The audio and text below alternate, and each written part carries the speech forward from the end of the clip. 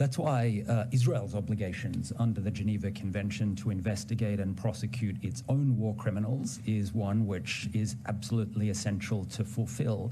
The problem being, over many decades, the Israeli military justice system has proven, in most cases, utterly incapable of holding Israeli nationals to account.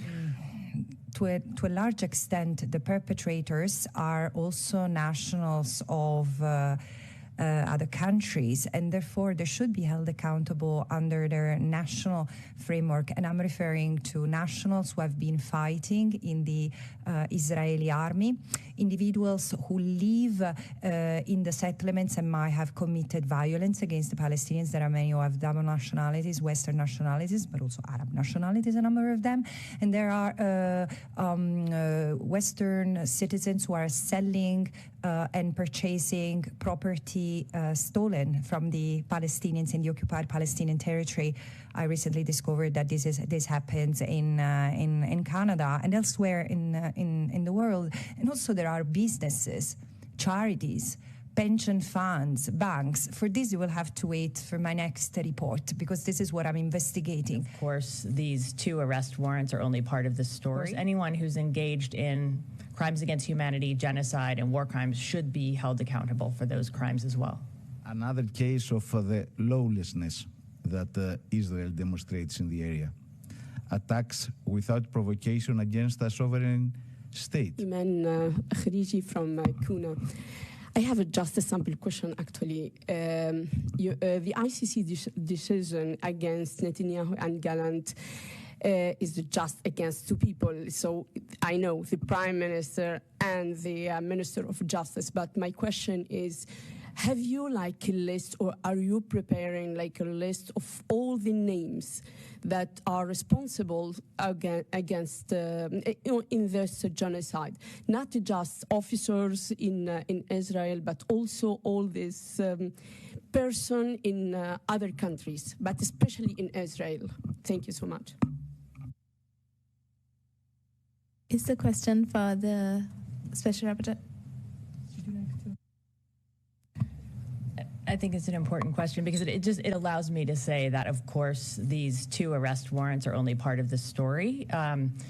As my colleagues have already said, every state around the world has the obligation to ensure, uphold, protect international humanitarian law and to end any genocide. And that means that they should be taking all affirmative steps to ensure that they're preserving evidence, that they are taking steps to cooperate with those bodies that are undertaking efforts to bring people to justice. And then they should be using whatever is available within their own legal system to take the steps they need to hold people to account as well. So I talk specifically about the ICC because I'm very concerned about the attacks by different states on that body, and because it has an important role to play in holding those at the highest levels to account. But of course, anyone who's engaged in crimes against humanity, genocide, and war crimes should be held accountable for those crimes as well.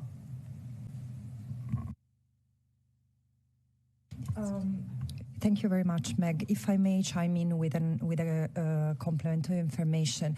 The system that the International Criminal Court is premised upon is based on complementarity.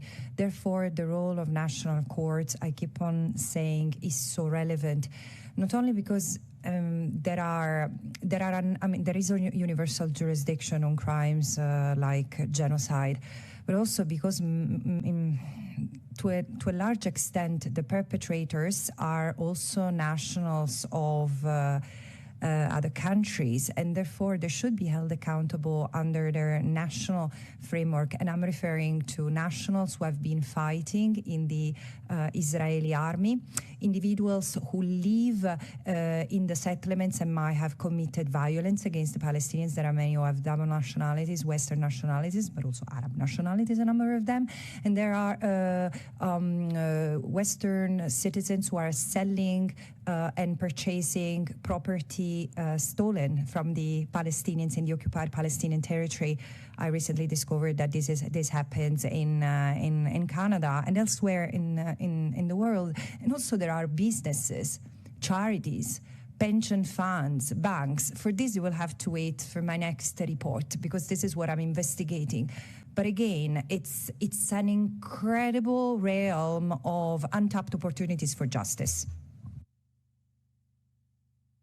I'd just add that international justice and foreign universal jurisdiction war crimes cases are, of course, absolutely critical, but they'll only ever prosecute a very, very small number of perpetrators. That's why Israel's obligations under the Geneva Convention to investigate and prosecute its own war criminals is one which is absolutely essential to fulfill. The problem being, over many decades, the Israeli military justice system has proven, in most cases, utterly incapable of holding Israeli nationals to account. When prosecutions are brought, in rare cases, they often end in very light penalties relative to the severity of the crimes.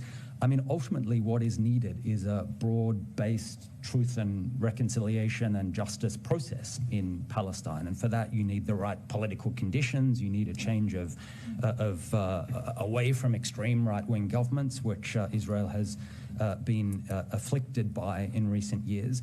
Like we've seen positive examples in other countries. I mean, I think Colombia is a great example of a political and social system that has moved past that really protracted violence over many, many decades and is seriously trying to bring both sides to account in a broad-based process which deals with thousands of perpetrators, not just the very senior leaders.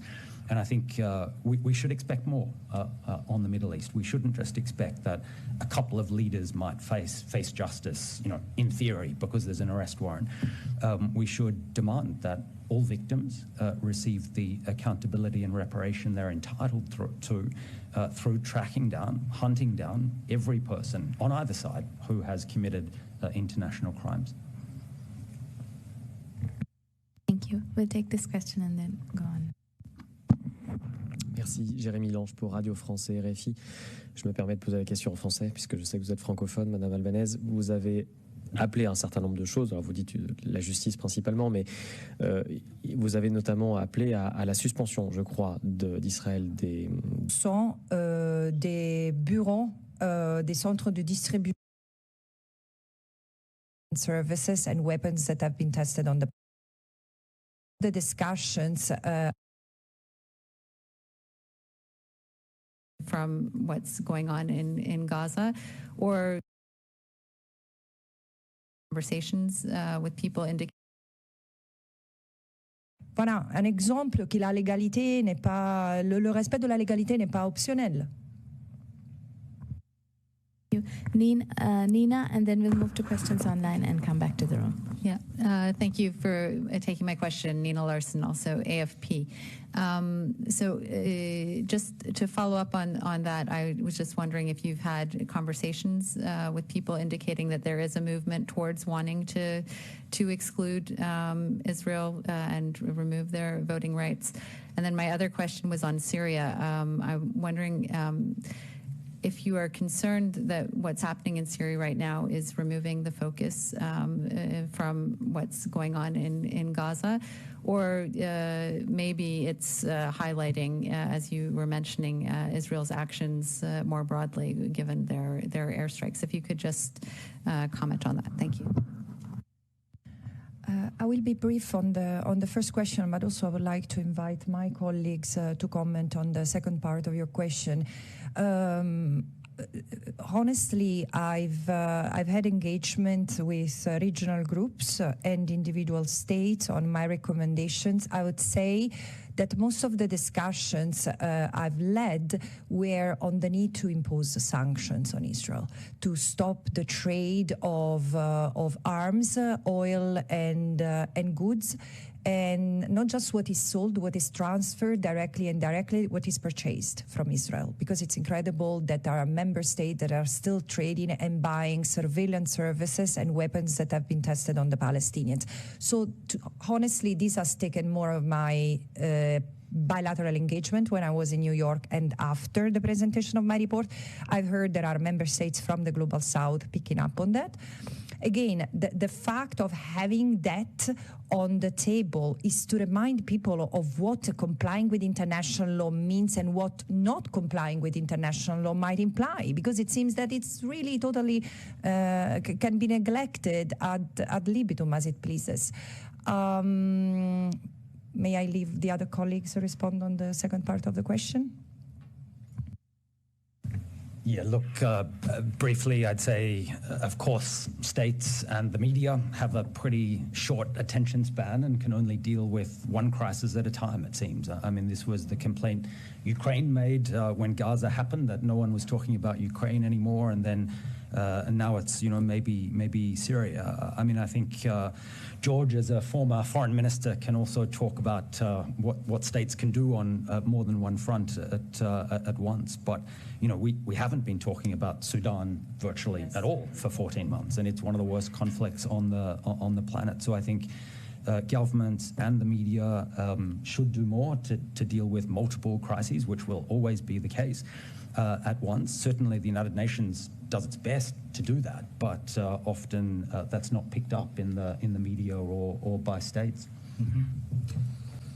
What I'd like to add is that Syria is indeed part of a pattern. As Ben has said, it is another case of the lawlessness that Israel demonstrates in the area. Attacks without provocation against a sovereign state. But it is not just a part of what Israel is doing in the area. Syria is a case that interests above all its own citizens, who are involved in a very, very bloody civil war for more than 15 years now. The situation is very fluid. Many factors are present there. It was not just a conflict between various political, religious, ethnic groups within the country. It is another case of proxy war. What is important now is to have a full respect of the amnesty declared, protection of minorities, all minorities, but especially Christians and Alawites, and hoping that in the future we are going to have an inclusive future for Syria, including all the population, regardless of religious or ethnic divides. It is not going to be an easy task, but who could foresee just 15 days ago the fall of the Assad regime? Of course, a precondition for everything there is what all of us have underscored, the full respect of international legality, which is not just the sovereignty of states. This is, of course, one imperative, let's say, rule. It is also the protection of human rights of everybody, and especially the minorities.